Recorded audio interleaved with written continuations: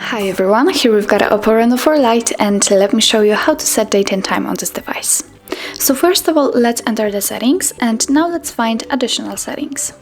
And as you can see, on the second position we've got date and time options, so let's tap here, and now we've got some options to customize. First of all, we can decide what kind of clock format we want to use.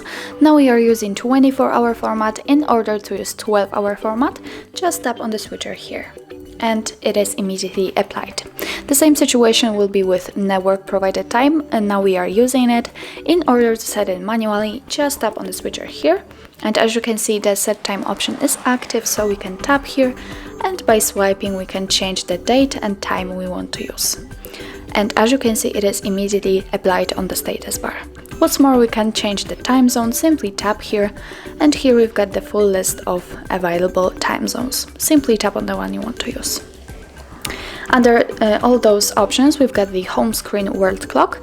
Now we are using it. If you want to turn it off, just tap on the switcher right here. What's more, we can decide if you want to use the dual clock.